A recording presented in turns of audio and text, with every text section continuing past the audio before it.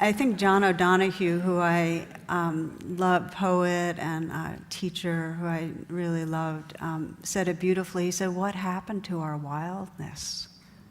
You know, to really just trusting our aliveness. And it's because we go into trance, we leave home.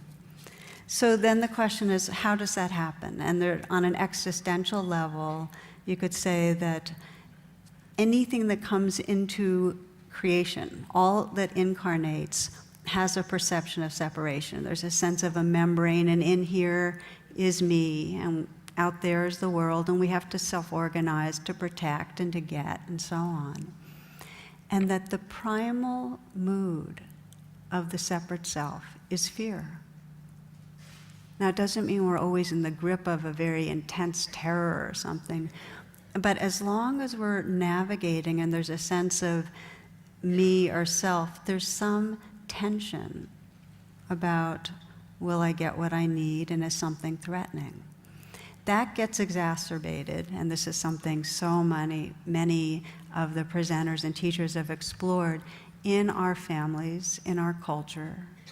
Our culture in particular is one that is really competitive. We have all sorts of standards that are set on how to be, and there's very quickly a sense of falling short, that we have to really prove ourselves.